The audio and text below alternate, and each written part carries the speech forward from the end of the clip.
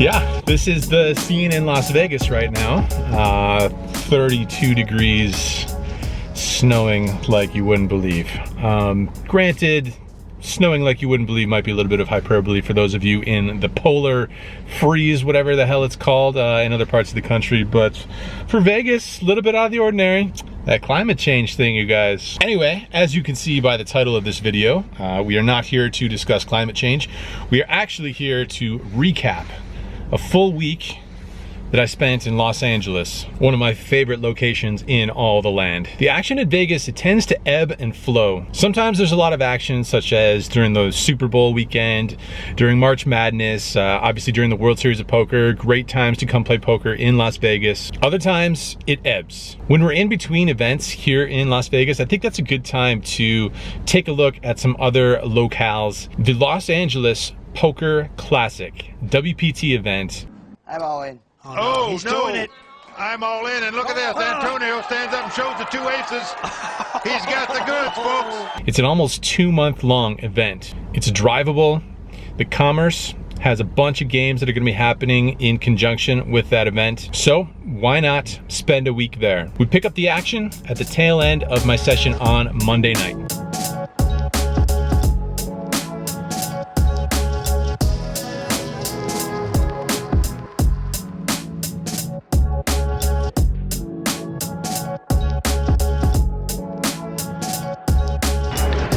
Hello, greetings. It is Monday night, just after midnight, so technically Tuesday morning. Drove into Los Angeles earlier Monday, and actually just wrapping up a session. Didn't want to stay too long because I got like minimal sleep, and I'm actually staying here at the Commerce, so I'm gonna get an early night's sleep, restart the grind tomorrow early. That's the plan. Hopefully everything comes together, but so far so good, because I've had an interesting session so far. We're actually put in a tough spot earlier on. I have ace deuce of spades in the small blind. I complete after a couple limpers and the big blind checks. Up comes king 5-3 with 2 spades, so enough flush draw plus gutter ball. I check it, big blind checks, middle position player bets 30, there's a call on my right, I call, and the player on my left in the big blind raises to $400. It folds back to me. Pretty tough spot here, pretty weird spot. Don't want to just fold the nut flush draw. He could have worse flush draws here, and if I fold, and that's the case, that would be a disaster. We're live against any hand, of course, so I go ahead and make the call here. Not sure I just want to get it in versus such a strong represented range. Turn is a bad card, it's another king. I check it and he checks back. River bricks out. I check it and he checks it. I go ahead and show, and he shows bottom 2 pair. So we could have taken him off the hand there on the river, but don't really know that. That's hindsight, of course. Figured he's gonna be pretty strong, either 2 pair or maybe even a set on that flop. That's okay though, because not too long after that, there was another limp pot. I'm in the big blind with 10-5 off suit, and the flop comes 10-5-5. So we flop a full house here, small blind checks, I check, having the board pretty much on lock here. Action checks all the way through though, sadly. Turn is an 8, small blind checks. I check it again, begging for a bet here, and a middle position player obliges. He bets $70, overbets the pot. There's a call, and then it folds back to me. Time to put in some more money here. So I raise it up to $210. Player who put out that $70 bet thinks for a while before jamming all in. Player in between folds, and we don't have too much of a decision here. We are gonna be losing to pocket 8s and pocket 10s sometimes, but we're never gonna fold. So it's just gonna be a cooler if that's the case. River's inconsequential. My opponent shows us king 5 of clubs, I believe. So he did have some outs there, but we're gonna go ahead and scoop this pot in. I had just reloaded before that, so I lost the $400 with that ace deuce, but topped off my stack luckily, and cooler hand for the maximum. Get all in for $1,500 each, and our stack is all of a sudden up to $3,000 very early on in this LA trip. Shortly after that, there was one limper and a player in middle position who had been playing pretty solidly. I hadn't seen him get out of line at all. Raises it up to $60. I am in the big blind with pocket jacks, and I just decided to flat here. Not sure I want to get all in pre-flop versus this player, who I think had been playing more snug relative to the other players at the table. So I go ahead and flat call, and can't remember if we're going heads up or 3 ways, but the flop is what really matters in this hand. Flop comes down jack 4-4, so pretty favorable flop there. Flopping back-to-back full houses in this vlog so far. I go ahead and check it. My opponent puts out a small C bet. I make the call. Turn is a 9 of hearts, backdoor flush draw. I check it again and he puts out another bet. This time sizes it up a little bit closer to half pot or maybe a little bit more. I make the call again. River is a queen. Check it. He's very likely to have an overpair sometimes, or he's gonna have a hand that he was ISOing a limper with and is just barreling away, bluffing. He will have queens sometimes here. That's not gonna matter. That's just gonna be a cooler that we're gonna chalk it up as. He's gonna have kings, he's gonna have aces, and he's gonna have some bluffs as well. So, looking for him to bet all of the above, and sure enough, he jams all in. So, we go ahead and snap call, and he gives me the face of a man who has absolutely nothing. I just go ahead and show my hand, and sure enough, that's the winner. So, off to a good start here on Monday evening from the Commerce Casino, Los Angeles, California.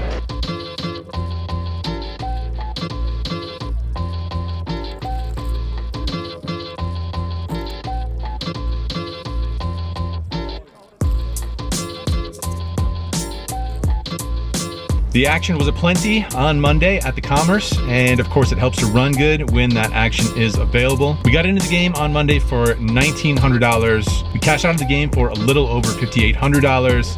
That is a profit of a little over $3,900. So that was a great start to the week, and on Tuesday it was right back into the thick of it. The weather, although it was not snowing, still was not exactly on point during my time in LA. That was perfectly fine because the main reason for going to Los Angeles was to grind.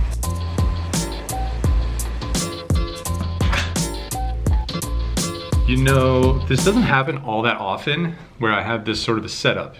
I'm staying in the hotel where the casino is. Certainly not like a very high percentage of my sessions am I actually staying in a hotel where I'm grinding. It's the little things, you know? It's nice. Just come up here and take a break. Anyway, things moving along nicely now. The session today started off a little bit slowly. I was pretty card dead. Nothing terrible happened. Just a lot of whiffing the flop, picking up like a lot of pocket pairs, small pairs, calling pre-flop or raising pre-flop. Not flopping any sets, that's for sure. Flopping a lot of under pairs. Hands like queen jack off suit, where there's one bet that goes in pre-flop and that's all the money that goes in. So got stuck a little bit early, added on $400 again, same as yesterday. And if we could finish up the same result as yesterday, that'd be fantastic. Just happy to sort of grind it out, and that's what I've been doing thus far. Had one pretty interesting hand. Not exactly sure I'm in love with the way I played it. Open 9-8 of hearts, $35 from under the gun and get 3 callers. Flop comes 3-3-3. Action checks all the way around. Could make a stab at it, but with 3 players in there, expect to get called some decent percentage of the time. Turn is a king, action checks to me again, and again I think it's probably a very reasonable card to take a stab at, but same situation, 3 players, just playing super straightforward here so far. Action checks all the way through again. River's an offsuit 5, total brick, action checks to me one more time, and as I'm considering a bet, the big blind goes ahead and mucks his hand. So only 2 players to get through now, so I just take a stab, $70, and what do you know, gets through. So take that one down 9 high. A little bit later on, we open pocket 5s from under the gun +1 to $35. The button puts in a 3-bet to $135, folds back to me, and I go ahead and make the call. Flop comes pretty favorable for these pocket 5s. 5-4-3 with a flush draw. Check it over to him and he bets $200. I think pretty much always gonna have to raise here, very straightforward. Even if he happens to have like an ace-king type hand where he has no pairs, he's still gonna have some equity drawing to a straight. So I kick it up to $550. My opponent folds, unfortunately. So flop ourselves top set, but no more value. Aside from the $200 though, pick up $335. For sure the most interesting hand that's happened so far came when it folded around to the button, who raised it up to $35. The small blind puts in a 3-bet to $140, and we have 10-9 of spades in the big blind. One of the spots where I think all options are on the table here. I think we are about $1,700 effective. Folding, certainly reasonable. Raising to try and put some pressure on him when he could be 3-betting as a bluff here pretty regularly. Small blind versus button, definitely a viable option. I decide on the third option. I decide to come in with a cold call. Cold flat. Try and play this suited connector in position and take advantage of that positional advantage. Yeah. Button calls as well. So 3 ways to a flop, which comes 8-7-3 with the 8-7 of spades, so an open-ended straight flush draw. The small blind checks. So I am gonna go ahead and put in a bet here. Lots of equity in this hand, but 10 high. So I wanna start bluffing now and make it $250. The button calls and the small blind folds. So heads up to a turn card, which is an offsuit queen. I think I have 1300, but I think the button has 1100, something like that. I have more than him, and yeah, about $1,100. So still having pretty reasonable equity here, and him not showing too much strength. Of course, he did call, facing a $250 bet, but I think he's gonna have some pocket pairs here a decent amount of the time. And the queen shouldn't have improved in too often unless he has the queen high flush draw. Other than that, I feel like we can apply a lot of pressure by just jamming all in, and that's what I do. Stick it in there for, I think, $1,100 effective, and my opponent thinks for a little bit before folding. So we don't have to rely on the equity in that hand. We get it done by pushing that equity, pushing our opponent out of the pot, and taking it down there with the 10 high. So that's the most interesting thing so far. Gonna go back downstairs, play for a little bit longer. It is currently this o'clock. Whoa, why is that light flashing like that? What is that? I think that's like some sort of sensor that only the camera can pick up, because I can't see that with my naked eye. Anyway, it's 12:25 in the morning. Probably play for maybe another hour depending on how the table looks. Not as much action as last night, but still a reasonable game. So let's get back to it.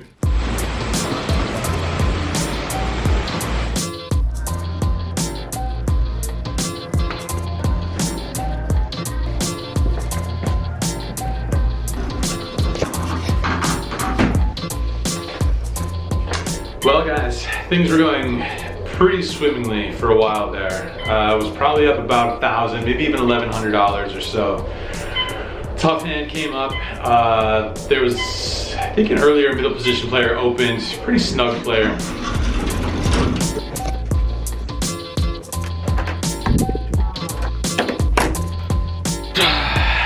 Player who'd been playing pretty snug, he opens it up for $40 in middle position. Looked down at pocket jacks from the small blind and just decided flat here, just based on who the player was. I didn't think he was opening too often or too lightly, so I call there, and there is a call out of the big blind as well. Flop comes fantastic, comes jack high, and I check it, big blind checks it, initial raiser puts out a bet. I think you bet $75. Should be pretty easy to stay pretty balanced here with a check raise with some draws available on this board. So I raise it up to, I think, $250.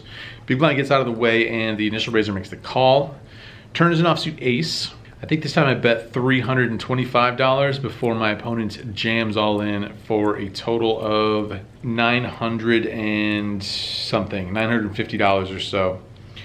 Nothing I can do, nothing I'm gonna be able to do to get away from this hand. I pretty happily make the call here, even though I'm gonna be losing some percentage of the time. Turns out this is, in fact, one of those times. My opponent has pocket aces here in this spot. And yeah, we're drawn to one out. Worth noting, if that one out did happen to come in, that's a jackpot. It's a bad beat jackpot. Aces full of jacks, beaten by quads.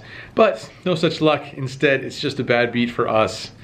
We're gonna get doubled through in this hand, and that wipes out all the profit. So unfortunately, after grinding it out for the majority of this session in Profitville, that's gonna take us all the way back down to minus about 500 or so. It's tough when you can grind all day and you know, feel like you played pretty well for the entire day. Obviously you're never gonna play perfectly, but didn't make any big mistakes, I don't think, and just run into a super tough hand where I think we're just gonna have to lose the maximum there and get into the game for $2,000, out of the game for $1,451. So we lose $549, I think.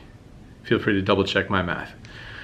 But that's okay, still up healthily for the trip so far. There's always gonna be some run bad mixed in with a lot of run good.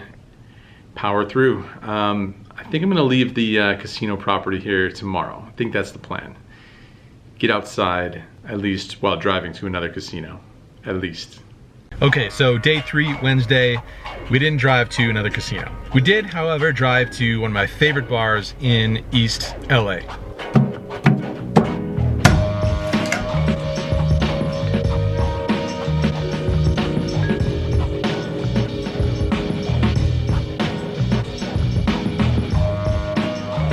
All right guys, hanging out at one of my favorite locations in East Los Angeles, a place called El Prado, which I'm not sure if it's in Echo Park or Silver Lake, but it is on Sunset Boulevard, and it's like 10 or 15 minute drive from Commerce Casino. Small, dark. I discovered one of my favorite beers of all time here called St. Bernardus. Beer. Really cool little joint. Please pardon these ridiculous little hot pixels. These dots here, right there. Right there, right. Super annoying. It's time for a new camera, I guess. I could send this camera to Canon to have it repaired to the tune of $200. So I'm not too sure what to do. I think I'm just gonna get a new camera because this one is a couple years old now. Yeah, I don't know. It's a struggle. Anyway, to the poker developments today. Just grinded for the most part of the day. No super big hands until later on. Earlier on, called a raise from middle position with pocket tens. We go 4 ways to a flop, 10 high flop. Flat call a c-bet with 2 players behind me. Player on my left folds, and the player out of position puts in a min raise. The initial raiser, he folds, and I try and get some more value here, expecting him to not fold hardly anything after he puts in a check min raise on the flop here into multiple players. So I raise it up to like $450, but unfortunately my opponent does fold, and fold pretty quickly to that min raise.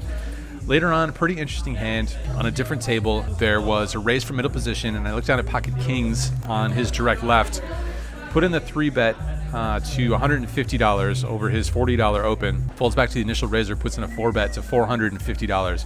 We're pretty deep here. I think we are about 300 big blinds deep, maybe a little bit less. No, 300, about 300 big blinds deep. So I decided flat here. I'm not gonna have, I don't think, any sort of bluffing range, 5-bet bluffing range in this spot. So I flat and we're off to a flop. Flop comes 10-4-3 with 2 clubs. He puts in a c-bet, he down bets the flop to $275 or so.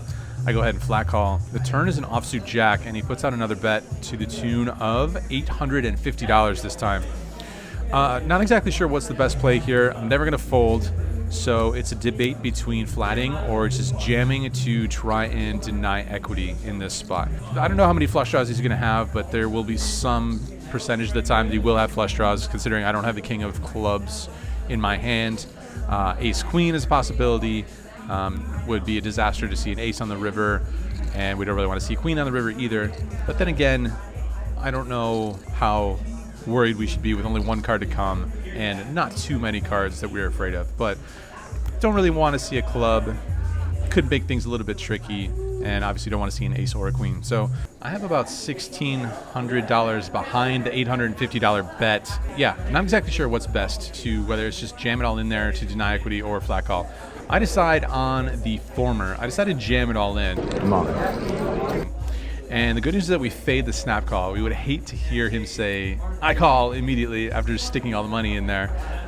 Then we're in bad shape. My opponent asked me if I really have pocket jacks after he's thinking for a little bit, and that's a little bit worrisome because maybe he has aces and is worried that we have turned a set. He's deep in the tank thinking about it for a very long time, and he eventually has the clock called on him.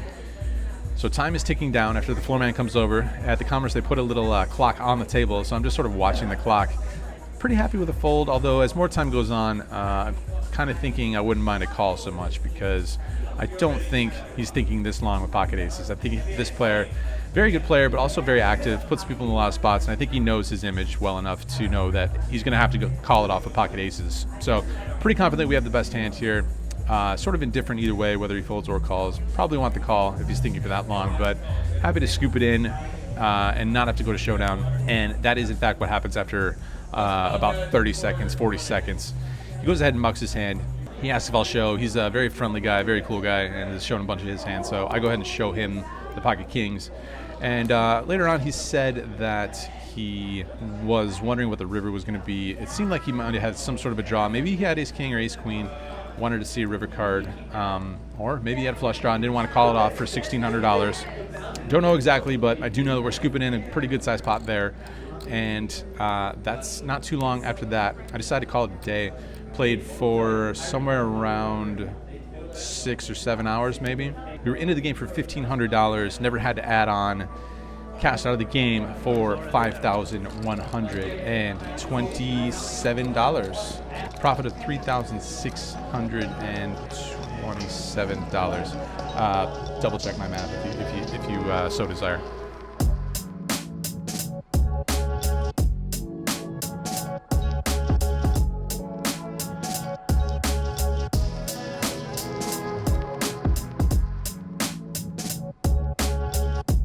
I had one more night in LA, but I did not play 510 on Thursday. Instead, I had a fantastic Lebanese food dinner with my older brother who lives in Los Angeles. He lives in North Hollywood. Little known fact, I am actually part Lebanese, 25%, which makes me the whitest Lebanese person in all of planet Earth. After dinner, I made it down to the bike for a beer. Cheers, happy Valentine's Day. Cheers, cheers, bro. Oh, look, it's a camera. I made an attempt to sneak into the Live at the Bike lineup that night and play Ramsey Stack, who invited me to do so. However, unfortunately, the floor man, he didn't seem to be having it whatsoever. Instead, I managed to play a little bit of 5-5 on the main floor. We were into that game for $1,000. Into the game for $1,000. Don't add on and cash out for $1,528. I think $1,528. Nice little short session of 5-5 to top off some good results this week in Los Angeles. Thanks a lot. Thank you. So the poker travel, the run good, obviously this is one of, if not the best parts of this poker lifestyle. It's the fun part for sure. What we don't see a lot of in these videos is the study. Lots of discussions that happen about poker hands, me watching training videos on poker training sites, and of course many years of struggle that occurred before I even started making these videos. Those are all the years that it takes to develop a strategy that you think is a sound strategy, a winning strategy in live poker. Lately, I've been trying to devote a little bit more time to that study. It's something that I neglected over the first couple years of making these videos. Trying to prioritize the study a little bit more. Hopefully the study will continue to pay off.